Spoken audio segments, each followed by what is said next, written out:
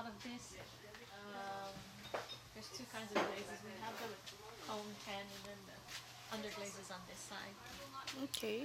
Children will be using these I'm doing because they see the true color before it's fired. These are a whole different ballgame. Oh, you have the squares or something, the cones? Yeah, like, see, like,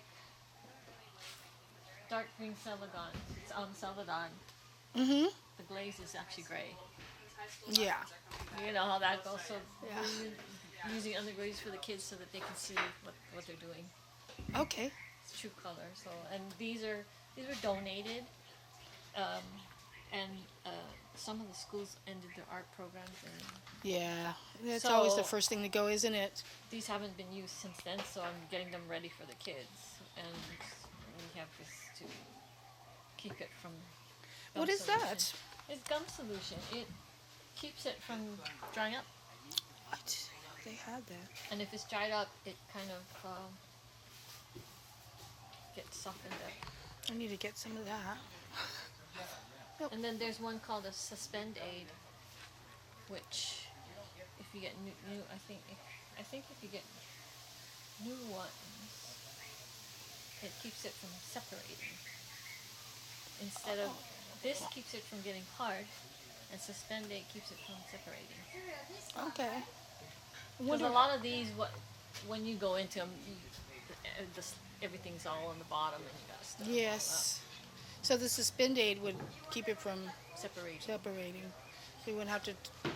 So I know that we come back every week and have to stir up the glazes because they weren't stirred, and some people would use it without stirring it because they didn't know. Oh, so they don't get the glaze. No, and they're like, "What happened? watery This stuff." doesn't look like that." They get the watery stuff right. This one was brand new, so I don't have to put anything in it right now because it's Okay. it just the water had just separated from it. So it's not. Some of them are crumbs, so it's like it's past that. So if they're all the way dry, do you put just water in them? Well, Let 'em and sit? that's the thing, right? When you keep adding, I did all the research to find all this stuff, Mm-hmm. and they said the worst thing to do is water. Really?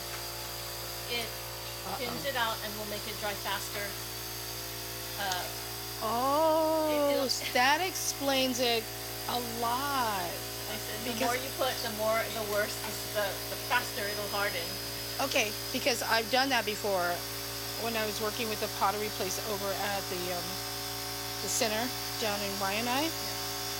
I go in and the glaze is dry in the little containers like that, and so we add water. They said it changes the chemical, and that's what we were doing, Mm-hmm. you know, and all the other artists were doing. So, but when I read it, they said don't use water. Don't use water. Because Okay. it thins it out, and then it makes it more prone to separating, and it if you put too much water, the color's not going to be the color. That explains why the colors never came out after I used that color, and then this color wouldn't come out. Why is that so? We were having in his studio, the underglazes were getting just crusted on the bottom, or halfway down.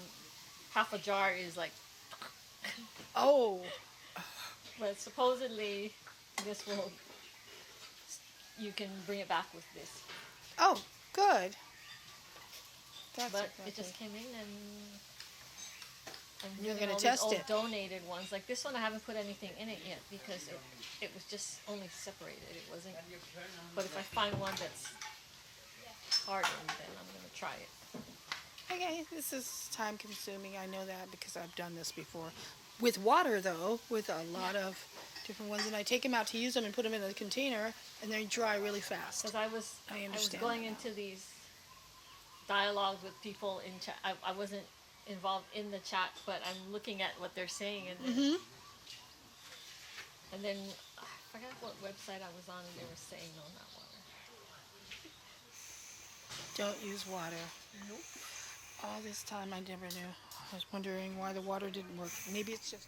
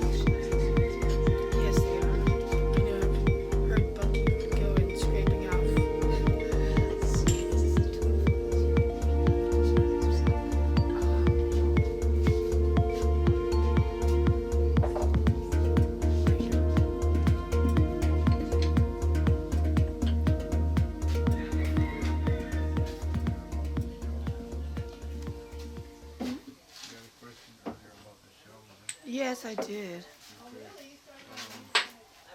These are silicon carbide. Carbide. So Yeah. These are Moana. okay. I've never seen the silicon carbide ones before. No, I've seen them in the light. So they just carve them out of a rock for the Moana? They create their... Tell you the truth.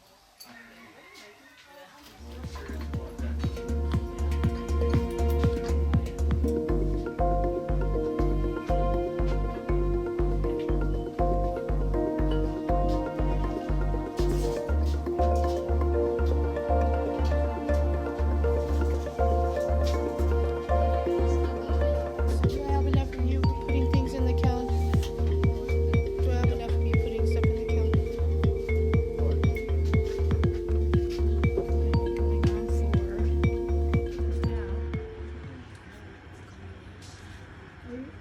Yeah, it's trying to figure out what I'm doing. Okay. So when I take off this big, the fire is gonna come out. You watch at the end of the fire, there's this black smoke or soot. Okay. See it? Oh, yeah. It's unburnt fuel, which means that there's an imbalance in the fuel there mixed with. Then I go back here and... So then you either have to adjust the damper or the fuel pressure or both. In order to get the flame coming out without the unburnt soot on the end of the flame. See it? Oh, See it yeah. went away, right? Yeah. Okay. You see the soot around the hole Yes. right there? So when that's what was happening on the end of the flame, did you see that? When the black soot? Yes. Okay, so that's what I was trying to get rid of, but I want to go right below that. I don't want to go too far from it. You know, I just want to go right below that. The perfect balance. And then I just got to keep checking to make sure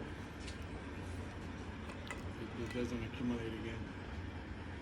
How do you know it's accumulating? You just go check it?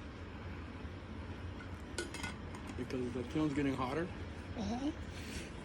So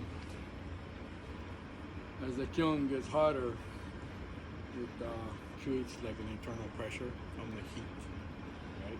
Yeah. So that's going to affect the fuel air combustion, which is going to be visible in the flame when you see it. Okay. And so that's why it's on the top instead of on the side or the bottom. Well, the burners are on the bottom. The fuel source is on the bottom. Yeah. So down at the bottom is where all the oxygen is. So that's where the combustion is the strongest. In the top, there's no oxygen except what's in the kiln. It's not. I mean, let me rephrase that. The chimney is drawing the oxygen into the kiln and then out, right? Yes. Through the portholes where the burners are. So there's more oxygen in the bottom and less oxygen in the top of the kiln. So that's why the fire reveals itself more at the top, because it's looking for oxygen.